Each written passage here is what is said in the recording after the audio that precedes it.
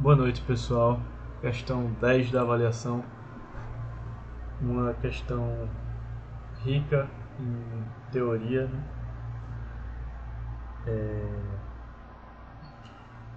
Não tem tanta conta, mas a teoria importa bastante para ela. Vamos lá. Uma das formas de transformar calor em trabalho é por meio das máquinas térmicas. Um recipiente completamente fechado contendo um gás ideal em que uma de suas faces, em forma de um êmbolo, possui liberdade para se mover em uma dada direção. No caso, esse fragmento negro aqui, que sobe ou desce, né? É um sistema termodinâmico simples que pode servir para exemplificar uma máquina térmica.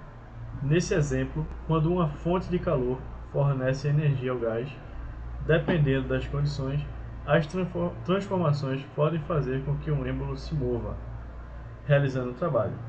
Na figura A, está indicada a situação inicial de um gás ideal em condições de temperatura T0, volume V0 e pressão P0, certo? É o inicial, PO, TO, PO, VO. Com o êmbolo recebendo resistência externa RO. Na figura B, estão indicadas as condições finais após o gás receber calor.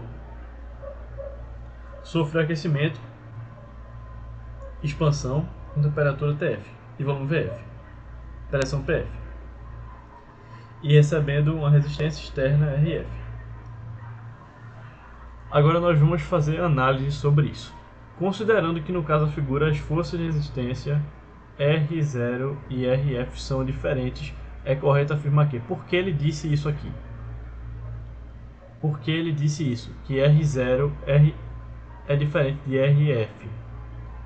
Porque geralmente a resistência aqui é o peso do êmbolo, certo?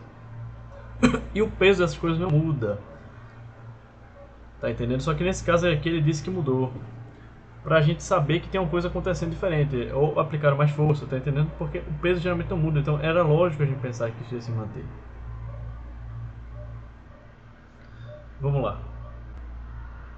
O trabalho realizado pelo gás pode ser calculado por um produto da pressão inicial pela variação do volume. Não.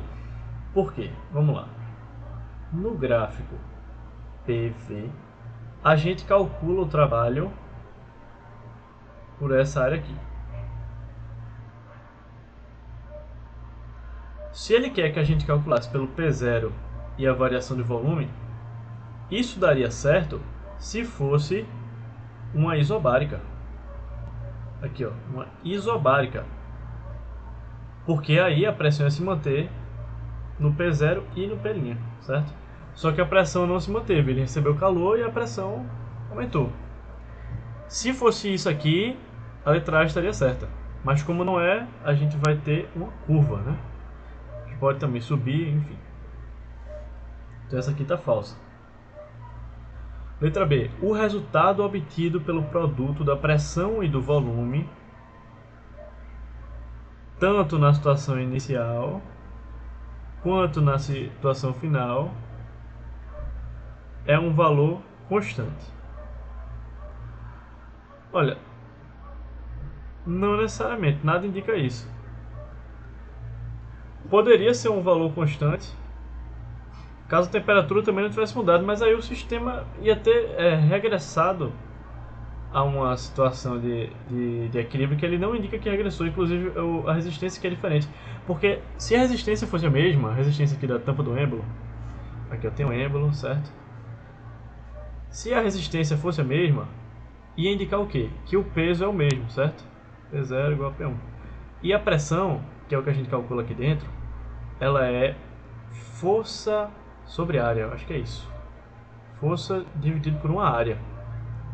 Então, se a pressão inicial continuasse igual à pressão final,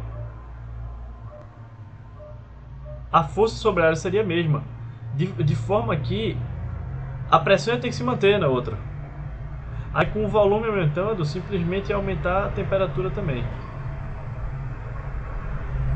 Então a gente a gente teria a possibilidade de ter essa relação como verdadeira, mas no caso dessa questão aqui, nada indica que seja verdadeira e provavelmente não vai ser. Então a gente pode dizer que ela está errada. Para você afirmar que estaria certo, você tem que ter certeza. Letra C. A soma das energias cinéticas de todas as moléculas do gás na situação final é maior do que na situação inicial. Verdadeiro. Isso aqui você estuda em teoria geral dos gases.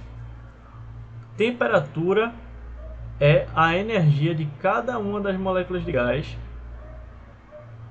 correndo e batendo nas coisas. E isso é temperatura. Se você aumenta a temperatura, essas moléculas de gás vão simplesmente correr mais rápido, vão ter mais energia, vão bater mais nos cantos, vai aumentar a pressão e aumentar a temperatura. É isso que acontece no grau super microscópico.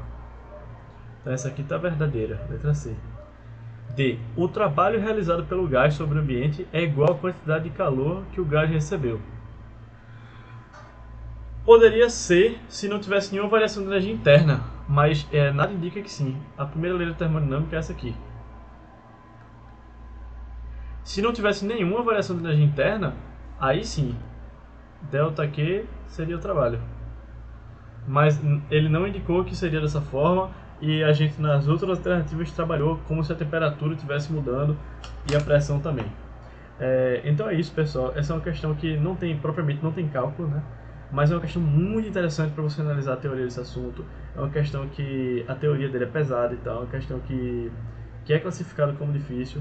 Então isso é bem importante para vocês. Prestem bem atenção na questão, faça de novo, estude por ela. Enfim, é isso. Qualquer dúvida pode tirar. Boa noite.